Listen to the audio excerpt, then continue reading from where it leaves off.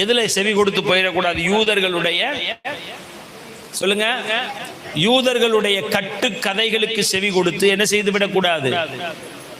போய்விடக்கூடாது. இன்னைக்கு நிறைய பேர் யூதர்களுடைய கட்டு கதைகளை கொண்டு வந்து அவிழ்த்து விடுகிறார்கள். அப்படியே தாராளமாக அவிழ்த்து விடுகிறார்கள். அப்பா, அவர்கள் சொல்லுகிறதையெல்லாம் கேட்டா நமக்கே ஆச்சரியமா இருக்கிறது. ஒரு யூதருடைய முறைமையின்படி ஒருவன் சிங்காசனத்தில் உட்கார வேண்டும் என்றால் அவனுக்கு முன்பாக என்ன செய்யப்பட வேண்டும் என்றால், அவனுக்கு பட்டாபிஷேகம் நடத்தப்படுகிறதற்கு முன்பாக விவாகம் முடிக்கப்பட வேண்டும்.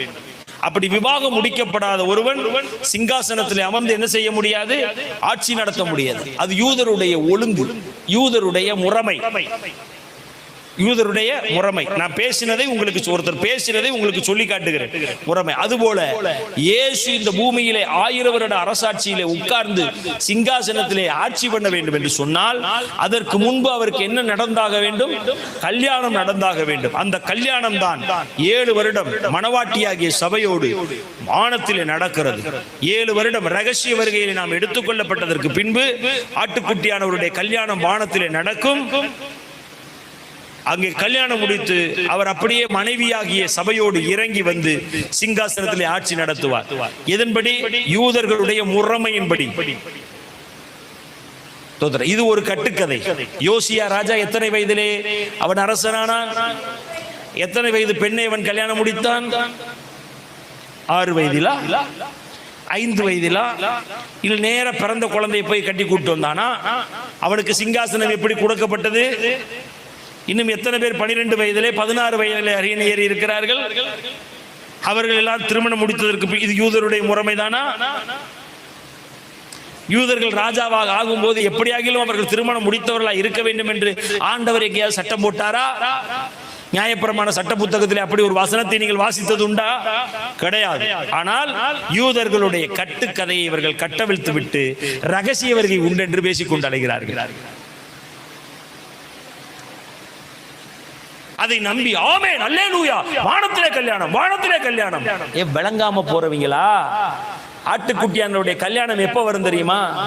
புதிய வானமும் புதிய பூமியும் தோன்றினதுக்கு பின்பு, முந்தின வானமும் முந்திய பூமியும் ஒளிந்து போனதற்கு பின்பு அவருடைய மணவாட்டியாகிய மனைவி பரலோகத்தை விட்டு பரிசுத்த எருசலேமாக, புதிய எருசலேமாக இறங்கி வருகிறது.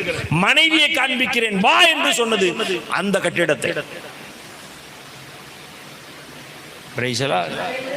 அது புதிய வானத்திலே இறங்குகிறது. 1000 வருட அரசாட்சி முடிந்ததற்கு பின்பு கோகு மாகோகு யுத்தம் நடக்கும். அதற்கு பின்பு அழிவு உண்டாகும். அதற்கு பிறகுதான் எது உண்டாகும்? புதிய வானமும் புதிய பூமியும் உண்டு. அப்ப நடக்க போகிற அந்த ஆட்டுக்குட்டியானவருடைய கல்யாணத்தை எப்ப நடக்கிறதாக சொல்லுகிறார்கள்? உத்தரவு காலத்துக்கு முன்பு ரகசிய வருகை என்று ஒன்று நடக்கும், அதிலே நடக்கும் என்று சொல்லுகிறார்கள். காரணம் யூதர்களுடைய ஒரு கட்டுக்கதை. இப்ப பவுல் எவ்வளவு அன்னைக்கே உருட்டி இருக்கான்னா, இன்னைக்கு இவங்க உருட்டுறதெல்லாம் சும்மா கிடையாது, நல்லா உருட்டு. யூதர்களுடைய கட்டுக்கதைகளுக்கும் சத்தியத்தை விட்டு விலகுகிற மனுஷருடைய கற்பனைகளுக்கும், சத்தியத்தை விட்டு விலகுகிற, சத்தியத்தை விட்டு விலக பண்ணுகிற மனுஷருடைய கற்பனைகள் சொல்றாயா? இதே ரகசிய வருகை குறித்து சொல்லுகிறாய். நீங்க கவனிச்சு பாருங்க. திடீரென்று விமானத்தை இயக்கி கொண்டிருப்பார். விமானி ரகசிய வருகையில் எடுத்துக்கொள்ளப்படுவார். விமானம் அப்படியே நடு கடலிலே போய் டமார் என்று வெடித்து சிதறும். அதில் இருக்கிறவர்கள் எல்லாரும் ஐயோ என்று அலறுவார்கள். பேருந்து இயக்கி கொண்டிருக்கிற ஓட்டுநர் திடீரென்று பறந்து போய் விடுவார். அப்படியே அந்த பேருந்து பாலத்திலே ஓடி அந்த பாலத்திலிருந்து ஆற்றுக்குள்ளே அப்படியே உடைத்து தடுப்பு சுவரை உடுத்து கவிழும். ஆத்துக்கிட்ட போகும்போது தான் எடுத்துக்கொள்ளப்படுவாங்களா? ஓரமா பார்க் பண்ணிருக்கும் போதெல்லாம் அது நடக்காதா? அப்படின்னு அப்படி அல்ல. உங்களுக்கு இன்னும் அதிர்ச்சியான செய்தியை சொல்லுகிறேன் அருமையான தேவனுடைய பிள்ளைகளே. ஏற்கனவே உங்களுக்கு நான் சொல்லி இருக்கிறதாக எனக்கு ஞாபகம் இருக்கிறது. பக்கத்தில் படுத்திருக்கும் மனைவி காணாமல் போய்விடுவாள் என்று சொல்லுகிறார். எல்லார் வீட்டிலும் மனைவி மட்டும்தான் காணாமற் போவார்களா?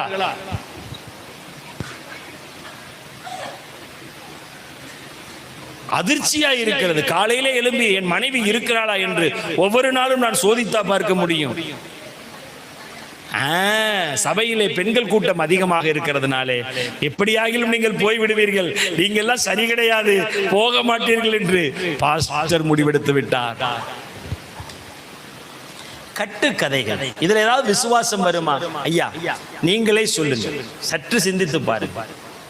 கொள்வனையும் கொடுப்பனையும் இல்லாத காலத்திலே விமானத்திலே முத்திரையை தரிக்காதவன் பயணிக்க முடியுமா?